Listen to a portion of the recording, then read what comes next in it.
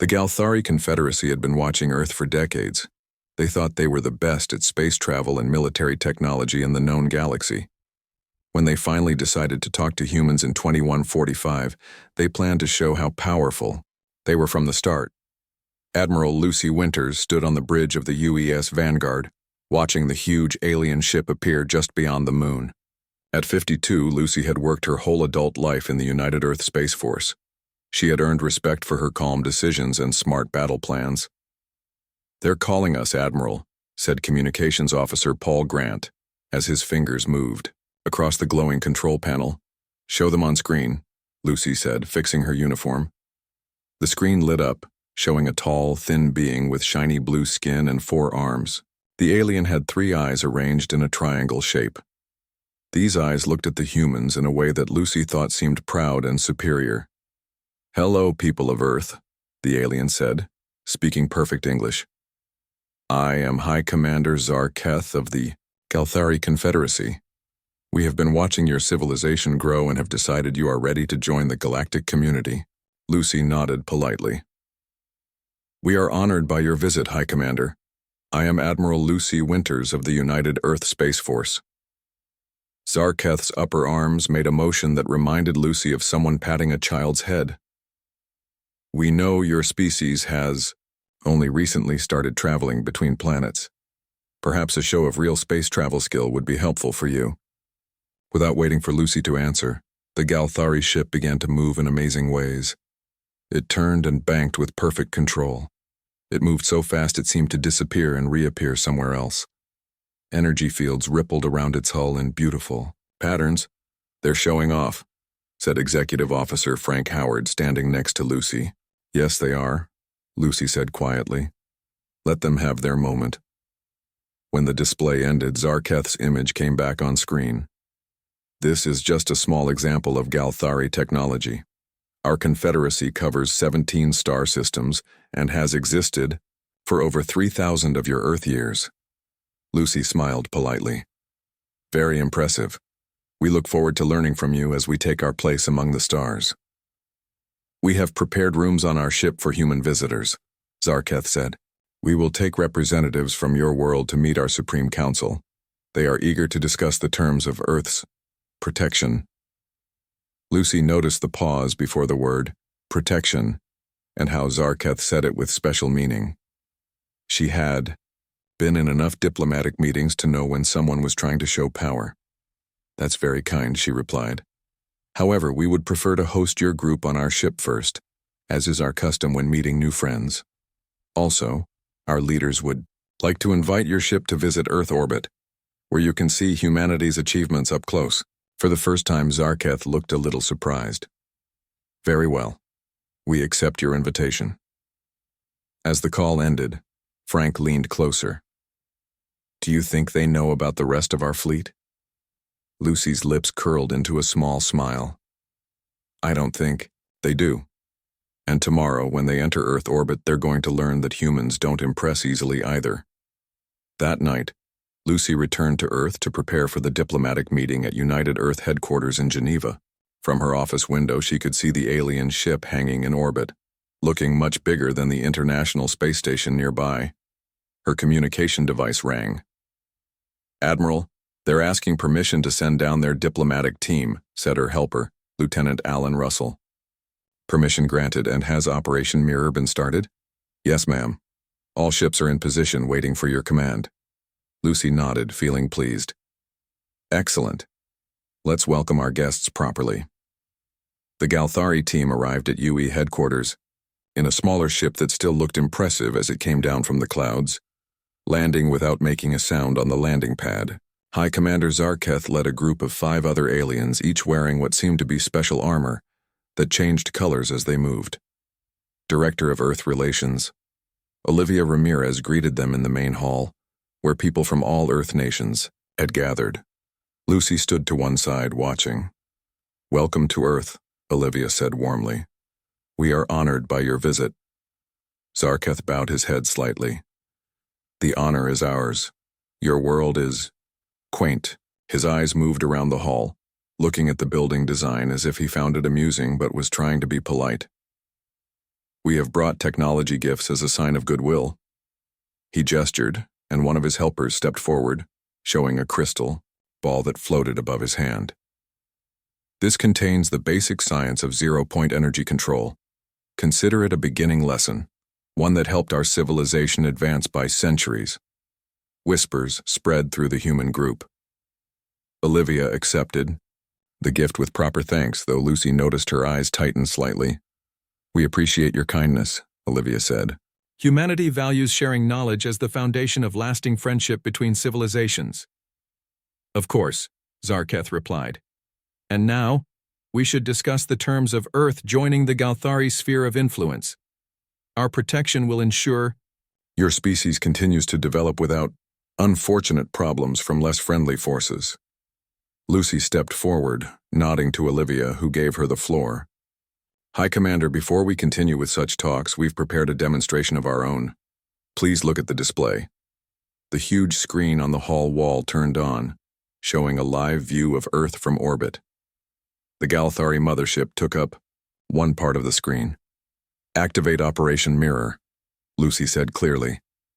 Around the world, hidden doors opened in the ocean floors. From the depths of the Atlantic, Pacific, Indian, and Arctic oceans rose massive warships, the pride of humanity's secret deep space defense program. Each ship was easily twice the size of the Galthari ship. Their hulls showed the symbol of the United Earth Space Force. Lucy watched as Zarketh's three eyes widened in obvious shock. "These are just 12 of our Poseidon-class deep space carriers," Lucy explained calmly. "We have a fleet of 43 such vessels along with their support craft and fighters." The warships moved into formation around Earth, their huge forms blocking satellites and casting shadows on the clouds below. Their design was clearly human, but included elements that were beyond what the Galthari had expected from Earth technology. "How is this possible?" Zarketh demanded, his calm manner breaking. "Our surveys showed your species had only achieved limited travel between planets." Lucy smiled. "We found it helpful to downplay certain aspects of our technological development when being watched. A habit formed during our more divided history." One of the Galthari helpers leaned toward Zarketh, speaking urgently in their native language. Lucy couldn't understand the words, but she could see they were alarmed. "Those energy readings," Zarketh said, his voice now lacking its previous superiority. "Your weapons systems are quite advanced," Lucy finished. For him. "Yes, we've had some success developing gravity compression weapons and quantum phase shields." The room fell silent as the meaning sank in for the alien delegation. The humans kept their professional appearance, though Lucy saw more than a few hidden smiles. Zarketh straightened, visibly putting his diplomatic face back on. "It seems we have underestimated your species' abilities." "An understandable mistake," Lucy replied graciously. "Now, shall we discuss this alliance as equals? We find that mutual respect forms a much stronger foundation for friendship than protection arrangements." 3 days passed since the big reveal of Earth's military power. The tone of the talks had changed completely. The Galthari team had asked for more representatives from their confederacy, and the discussions had moved from protection to real alliance talks. Captain Steve Collins flew a small diplomatic shuttle toward the Galthari mothership, now positioned in high Earth orbit alongside 2 of humanity's Poseidon-class carriers. As the pilot of the first official human group to visit the alien vessel, Steve felt like he was making history. Getting close to docking point, he told his passengers, a mix of diplomats, scientists, and military personnel led by Admiral Winters. Lucy nodded, her face calm and giving nothing away. "Continue as planned, Captain." The shuttle glided into the massive docking bay of the Galthari ship, which was lit by soft blue light. Steve noticed right away that the alien technology, while impressive, wasn't as far beyond human abilities as the Galthari had first suggested. After docking was complete, the human group was greeted by Zarketh and what looked like a group of Galthari scientists and military officers. Their body language seemed different now, less proud, more careful. "Welcome aboard the Celestial Harmony," Zarketh said. "We are honored to host Earth's representatives." Lucy stepped forward. The honor is mutual, High Commander. We look forward to learning more about your civilization. The tour of the Galthari vessel was thorough. The aliens seemed determined to rebuild their image through hospitality, showing off their living areas, recreation facilities, and science labs. Steve noticed that certain areas were clearly avoided, likely their weapon systems and engine rooms. In what appeared to be the ship's version of a dining hall, the group was invited to try Galthari food. Dr. Nancy Peterson, Earth's leading alien biologist, had already determined that most Galthari food was safe for human digestion. Though the flavors were strange, "This is quite good," said cultural attaché William Baker after tasting a blue jelly-like substance. "Reminds me somewhat of spiced plums." A Galthari scientist named Kelva, who had been assigned as their guide, seemed pleased. Food often serves as the first true bridge between species. The sharing of meals creates bonds that go beyond language. As the meal went on, the conversation became more relaxed. Zarketh, seated at the head of the table with Lucy, asked a question that had clearly been on his mind. "Admiral Winters, I must ask, how did humanity develop such advanced technologies while maintaining the appearance of a relatively new space-traveling civilization?" Lucy took a sip from her water glass before answering. "Earth's history is marked by competition between nations. For centuries, technology development was driven by the need for military advantage. When we finally achieved global unity 50 years ago, we combined our separate advances and made huge progress. But the secrecy," Zarketh pressed. "Also a habit born from our history," Lucy replied. "Earth's nations kept their most advanced developments hidden from rivals. When we detected your observation platforms 20 years ago, the United Earth Council decided to maintain that tradition of caution until we better understood galactic politics." Kelva joined the conversation. "A wise precaution. The galaxy is not always a friendly place." Steve noticed a look pass between Zarketh and Kelva, something unspoken but important. Later, as the group was shown the ship's garden filled with plant specimens from various worlds, Dr. Peterson moved closer to Steve. "They're worried about something," she whispered. "Have you noticed how they keep exchanging glances whenever certain topics come up?" Steve nodded slightly. "The Admiral has noticed too. She believes they're reconsidering their entire approach to Earth." "It's more than that," Nancy insisted. "I've been studying their small facial expressions. There's fear there, not just diplomatic adjustment." Before they could discuss further, Zarketh announced they had reached the final stop of the tour, the ship's observatory.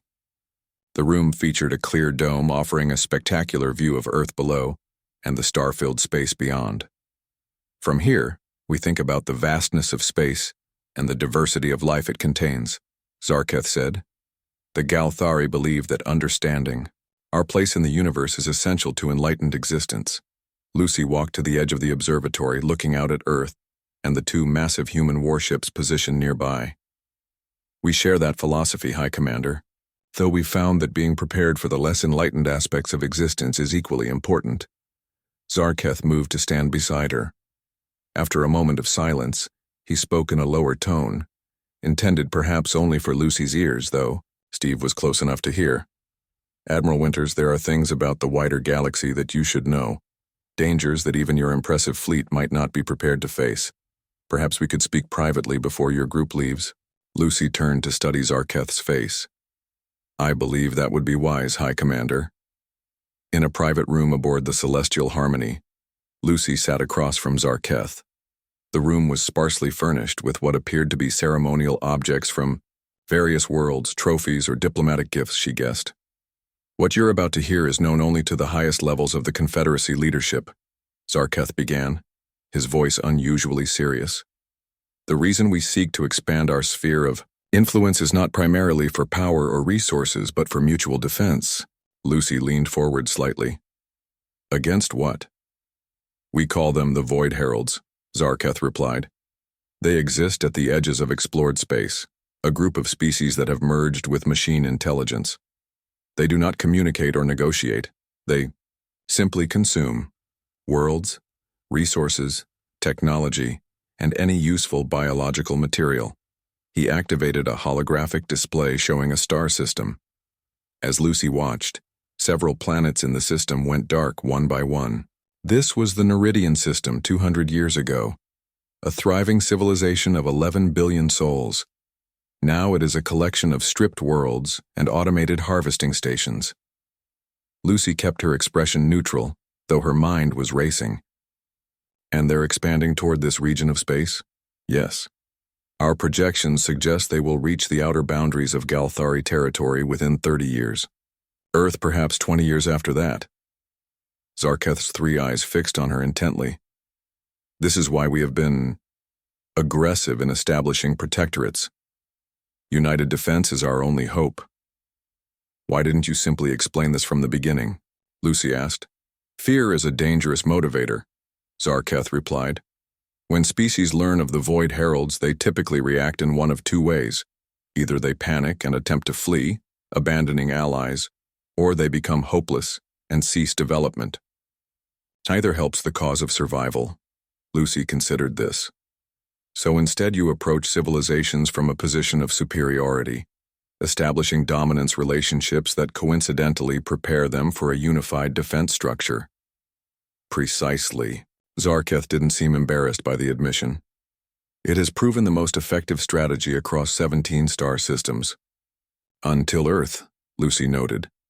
For the first time, Zarketh's mouth formed what might have been the Galthari equivalent of a smile. Until Earth, your species' combination of advanced military technology with deliberate deception was unexpected. Lucy stood and walked to the viewport, looking out at the stars. The United Earth Council will need to check this information independently. Of course, we will provide all the data we have collected on the Void Heralds, including star charts, marking their progression. Lucy turned back to face the alien. And if we verify your claims? What then? Zarketh rose as well. Then I hope we can forge a true alliance.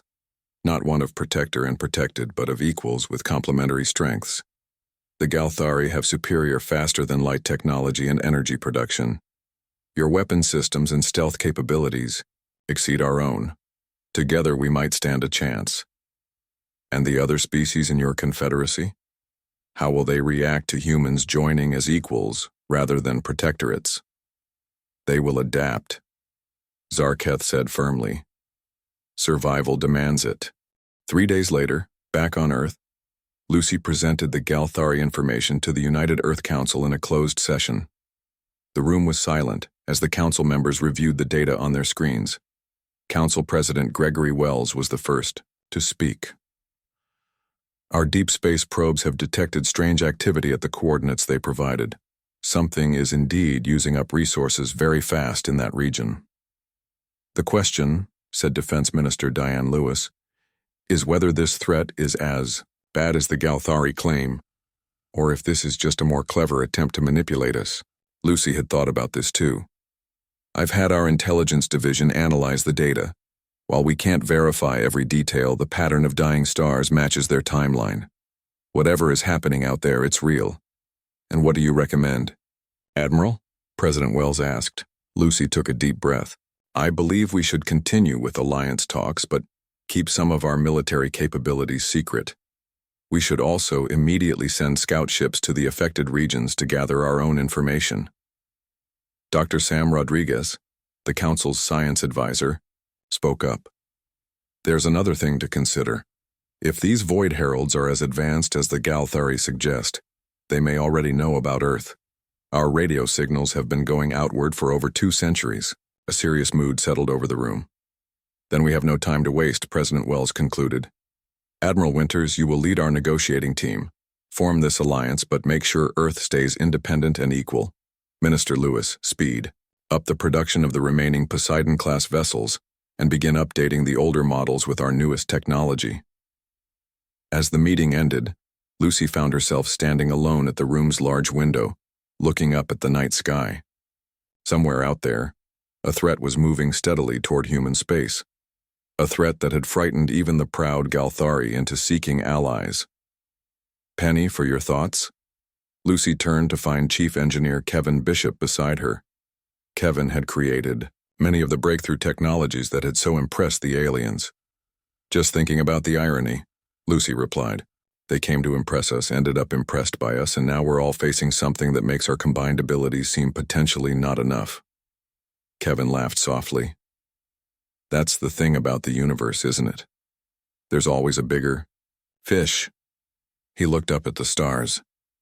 But if these Void Herald things are expecting easy prey, they're in for one hell of a surprise when they meet the combined forces of humanity and the Galthari. Lucy allowed herself a small smile. Indeed they are. 6 months later, the first joint human-Galthari research station was completed in orbit around Jupiter. Lucy's shuttle approached the massive ring-shaped structure, which combined the best of both species engineering.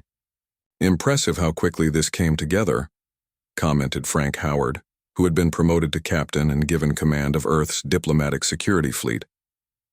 Lucy nodded. Fear is a powerful motivator, as is mutual respect.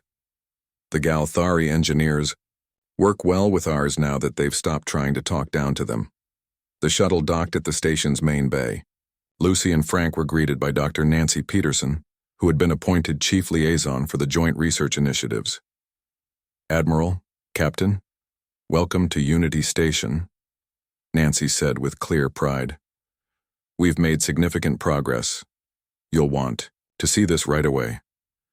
She led them through corridors where humans and Galthari worked side by side, the initial awkwardness of their first meetings now replaced by professional cooperation. They entered a large laboratory where Zarketh stood with several scientists of both species, gathered around a holographic display. Admiral Winters, Zarketh greeted her. Your timing is fortunate. We were just reviewing the data from your deep space probes. The hologram showed a distant star system, where dark ships of strange design moved between planets like locusts, stripping them of resources. This is happening now? Lucy asked, studying the images. Yes, replied a human scientist, Dr. Eric Martinez. The Void Heralds have accelerated their expansion. They've already consumed 3 star systems beyond what the Galthari projection suggested for this time frame. Zarketh's 3 eyes narrowed. Something has changed their behavior pattern. They're moving with purpose now, not just consuming resources as they encounter them. Could they have detected us? Frank asked. The energy signatures from our ships. For communications. It's possible, Dr. Martinez admitted. But there's something else. He adjusted the hologram, zooming in on one of the dark ships. We've detected communication patterns between their vessels that weren't present in the Galthari historical records. Lucy looked at Zarketh. They're coordinating more effectively, becoming more organized, which suggests they may be preparing for something beyond simple resource gathering. Zarketh agreed. An invasion, Lucy said, putting words to what everyone was thinking. Nancy cleared her throat. There's more. Show them the weapons test, Dr. Martinez. The hologram changed to show a testing chamber. Inside, a beam of energy struck what appeared to be a piece of Void Herald technology, a dark, twisted piece of metal that seemed to absorb light around it. This is a fragment recovered by a Galthari scout ship during a high-risk mission, Nancy explained. We've been testing various weapons against it. Standard energy weapons are absorbed. Kinetic impacts cause minimal damage. But, Dr. Martinez continued, clearly excited, when we combined Galthari phase technology with human graviton weapons, he activated the next sequence. In the hologram, the test chamber lit up with a blue-green energy field. When it struck the Void Herald fragment, the material didn't just break, it seemed to fold in on itself, collapsing into nothing. We call it dimensional collapse, Martinez said. The Galthari understand how to shift matter slightly out of phase with normal space. Our graviton technology can then create a localized gravity well that pulls the phased matter in on itself. Lucy looked at Zarketh. Can this be scaled up to weapon size? My engineers believe so, Zarketh replied. We're already designing prototypes for ships, but it will require significant resources and cooperation from both our civilizations. Lucy nodded slowly. Then that's what we'll do. She turned to Frank. Captain Howard, I want production schedules for the new weapons technology on my desk by tomorrow. We need to retrofit the fleet as quickly as possible. Yes, Admiral. Lucy returned her attention to the hologram showing the distant Void Herald. Ships. How long until they reach populated systems at their current speed? 18 months, Nancy replied. Maybe less. Then we have work to do, Lucy said. Zarketh, I suggest we call an emergency session of both our leadership councils. It's time to fully combine our forces. The Galthari commander nodded. Agreed.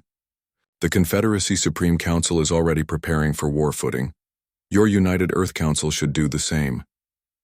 As they left the laboratory, Zarketh fell into step beside Lucy.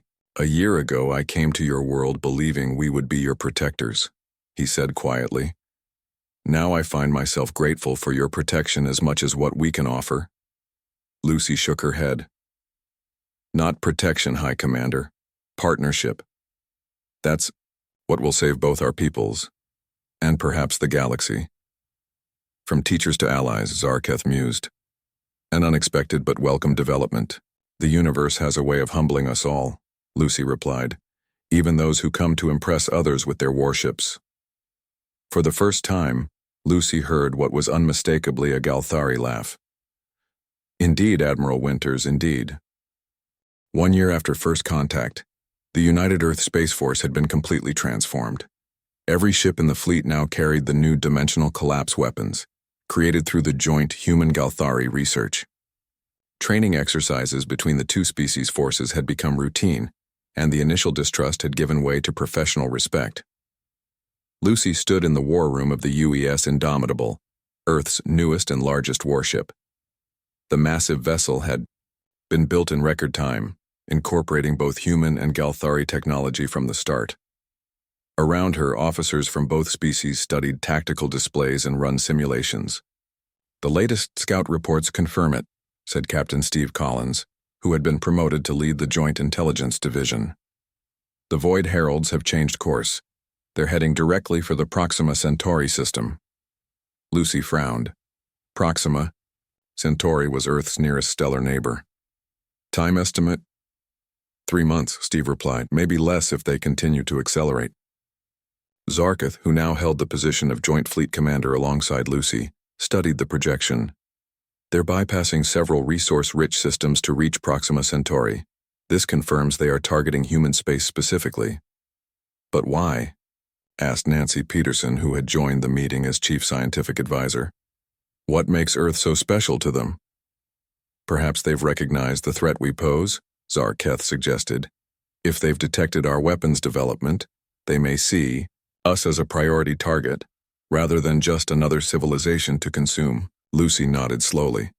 So they're coming for us before we're fully prepared. She turned to the tactical officer, Lieutenant Maria Vargas. Status of the combined fleet?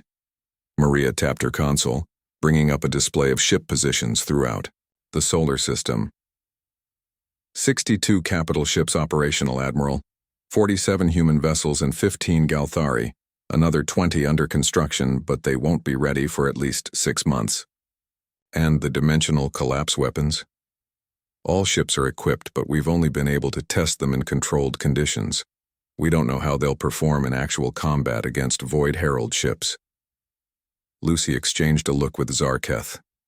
It seems we won't have the luxury of waiting to find out. We should position the fleet at Proxima Centauri, Zarketh said. Meet them before they reach the Sol system. Taking the fight to them, Lucy agreed. I like it. But we need to leave. Sufficient forces to protect Earth in case they break through. The planning session continued for hours. By the end, they had developed a strategy that would position the bulk of their forces at Proxima Centauri, with a reserve fleet protecting Earth. The plan was risky. If they lost at Proxima, Earth would face a weakened but still dangerous enemy, with reduced defenses. 2 weeks later, Lucy stood on the bridge of the Indomitable as it prepared to jump to the Proxima Centauri system. The massive ship would lead the first wave of the combined fleet. 30 capital ships with their escorts, the largest military force ever assembled by either species. All ships report ready, Admiral, announced Communications Officer Roger Ward. The Galthari vessels are in formation and awaiting your command. Lucy looked at the view screen, where the combined fleet stretched out before them. Human and Galthari vessels flying side by side, their designs different but their purpose united. "This is Admiral Winters to all vessels," she said, her voice calm and clear. "Today we make our stand not just for Earth or the Galthari Confederacy, but for all life in this sector of the galaxy. The enemy we face consumes without thought or mercy, but today they face something they've never encountered before. Two civilizations fighting as one, with technology and determination they cannot match." She paused, looking around at her bridge crew. Humans and Galthari working together, each bringing their unique skills to the mission. "Jump when ready," she ordered. "Let's bring the fight to them." One by one, the ships of the fleet vanished into faster-than-light travel, bound for humanity's nearest stellar neighbor and the enemy that awaited them there. The Indomitable was the last to jump, carrying the leadership of the newly formed alliance. When they arrived at Proxima Centauri, the system was still untouched. The fleet took up defensive positions around the habitable fourth planet, where a small research outpost had been evacuated days earlier. Now they waited. 3 days later, the sensors detected the first signs of the Void Herald advance force. Lucy and Zarketh watched on the main view screen as dark shapes emerged from faster-than-light travel at the edge of the system. "Initial count shows 53 vessels," reported Lieutenant Vargas. "Most appear to be destroyer class, with 5 larger ships that match the profile of their harvester vessels." "Fewer than expected," Zarketh noted. "Perhaps this is just their advance force. Or they don't consider us worthy of their full attention yet," Lucy suggested. "Either way, it works in our favor." The Void Herald ships moved through the system with cold efficiency, heading directly for the combined fleet rather than stopping to harvest the outer planets. Their black hulls seemed to absorb the light around them, making them appear as moving shadows against the stars. "They're scanning us," Lieutenant Vargas reported. "Heavy energy readings consistent with weapons charging." "All ships, battle positions," Lucy ordered. "Activate dimensional collapse weapons but hold fire until my command. Let them come to us." The bridge fell silent as the enemy approached. Lucy felt a strange calm settle over her. After a year of preparation, the moment of truth had arrived. Either their combined technology would be enough, or the galaxy would face a future of endless consumption by the Void Heralds. "Enemy ships entering optimal firing range in 30 seconds, Lieutenant Vargas announced. Lucy looked at Zarketh, who gave the Galthari equivalent of a nod. "All ships on my mark," Lucy said. 3, 2, 1, fire." The dimensional collapse. Weapons activated across the fleet. Beams of blue-green energy lanced out toward the Void Herald ships. Where they struck, space itself seemed to ripple and distort. 3 of the enemy destroyers folded in on themselves, collapsing into nothing as their phased matter was crushed by localized gravity wells. A cheer went up from the human crew members, while the Galthari made a trilling sound that Lucy had learned was their expression of triumph. "It works," Steve exclaimed, but the celebration was short-lived. The remaining Void Herald ships adjusted their approach, energy shields flickering, to life around their hulls. Their return fire came in the form of dark energy beams that seemed to drain the power from whatever they touched.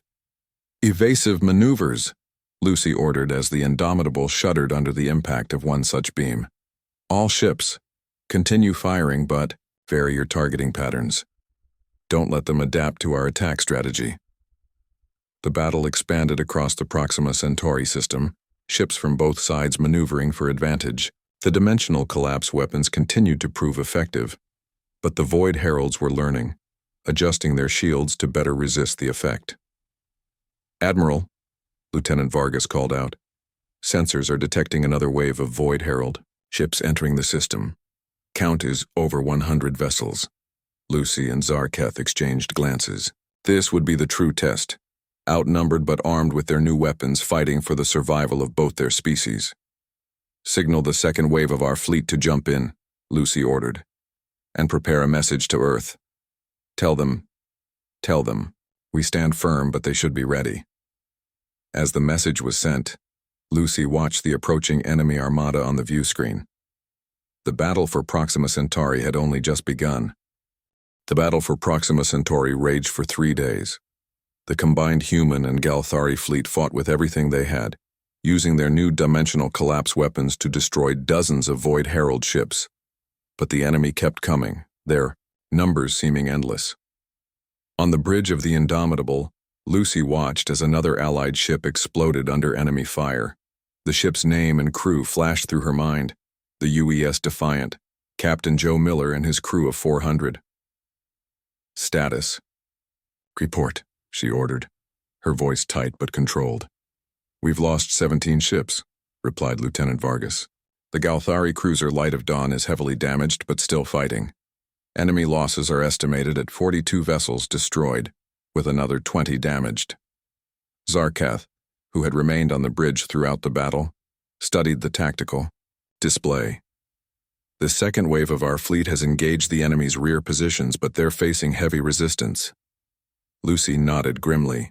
The reinforcements had arrived 6 hours ago, 20 more ships that had been stationed near Earth. They had jumped into the battle at a critical moment, attacking the Void Heralds from behind while the main fleet continued to engage from the front. "New contacts detected," announced Lieutenant Vargas suddenly. "Multiple signatures entering the system from the direction of Earth."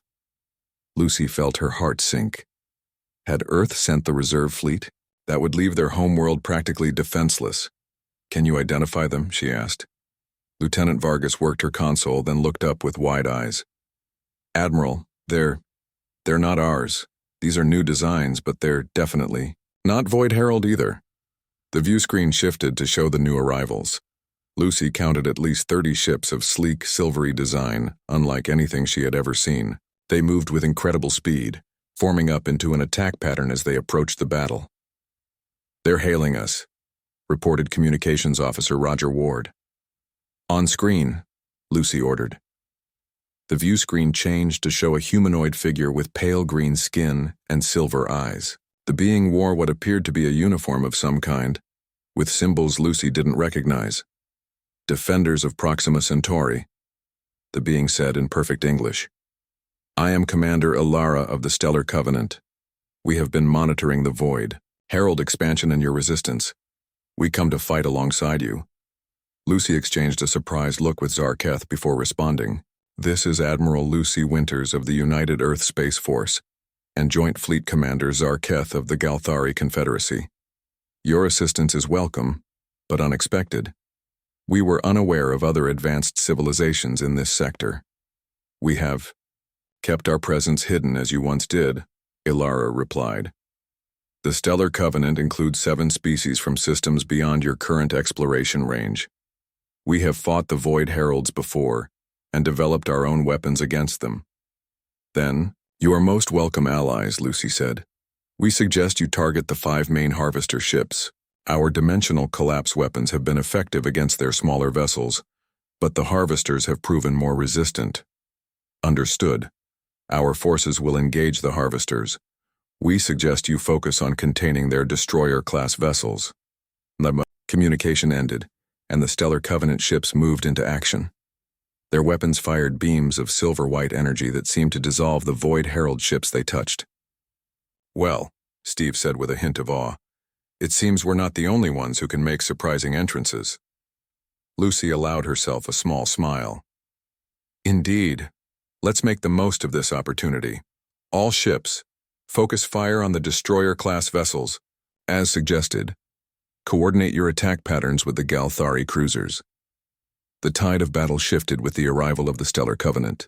The 3 allied forces working together began to push back the Void Herald fleet. The enemy, facing weapons they had never encountered before from 3 different directions, began to break formation. "They're retreating," Lieutenant Vargas reported as the Void Herald ship started to pull back. Multiple vessels jumping to faster-than-light travel. A cheer went up on the bridge, but Lucy raised her hand for silence. "Track their trajectory. Where are they heading?" After a moment, Lieutenant Vargas looked up. "Away from Earth, Admiral. They're returning to the direction they came from." Relief washed over Lucy. The gamble had paid off. By meeting the Void Heralds at Proxima Centauri rather than waiting for them to reach Earth, they had shown the enemy that this region of space would not be easy to consume. As the remaining enemy ships fled, The three Allied fleets regrouped. Damage reports came in from across the combined human and Galthari forces. The losses had been heavy, 23 ships destroyed and many more damaged, but they had survived. Admiral, Roger reported, Commander Alara is requesting a meeting aboard their flagship. Lucy nodded. Arrange for a shuttle. Zarketh and I will go together along with a small delegation. 2 hours later, Lucy and Zarketh sat in a conference room aboard the Stellar Covenant flagship, a massive vessel called the Harmony of Stars. Commander Alara had been joined by representatives of the other species in their alliance, beings of various forms and colors, all watching the humans and Galthari with interest. The Void Heralds have been a plague upon our region of the galaxy for centuries, Alara explained. We formed the Stellar Covenant when it became clear that no single species could stand against them alone. Much like our own recent alliance, Lucy noted. Yes. We have been watching your civilizations with interest. The Galthari we knew of, though we kept our distance. Humans were new to us, a species that appeared less advanced than you truly were. Zarketh made a sound that Lucy had come to recognize as a Galthari chuckle. We made the same mistake. A fortunate mistake, Alara said. Had the Galthari not approached Earth as they did, revealing your true capabilities, you might not have formed your alliance in time to face this threat. Lucy considered this. So in a way, we have the Galthari's attempt to impress us to thank for our survival. And your impressive response, Zarketh added. Had you reacted with fear, rather than strategic revelation of your own power, we might now be facing the Void Herald separately and failing, Alara leaned forward. This battle was significant, but it was only the beginning. The Void Heralds will return, likely in greater numbers. The Stellar Covenant proposes a formal alliance between our forces. Together, we can push them back permanently. Lucy looked at Zarketh, who nodded his agreement. The United Earth Council will certainly be open to such an alliance, she said, as I believe will the Galthari Confederacy. Then perhaps what began as a misunderstanding between two species will end as the salvation of this entire sector of the galaxy, Alara said.